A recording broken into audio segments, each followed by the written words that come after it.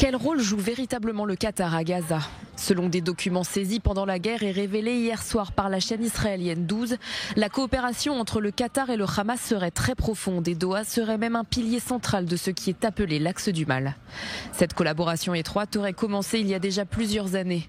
En 2019, le ministre qatari des Affaires étrangères Mohamed Al-Thani, aujourd'hui Premier ministre du Qatar, aurait rencontré des hauts responsables du Hamas, dont Ismaël Haniyeh, chef du bureau politique.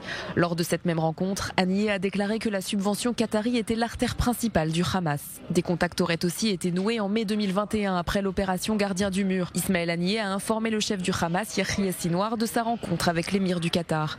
L'émir aurait accepté ce qu'il dit être un soutien financier discret. Haniyeh estimait que 11 millions de dollars avaient été levés par l'émir pour la direction du Hamas.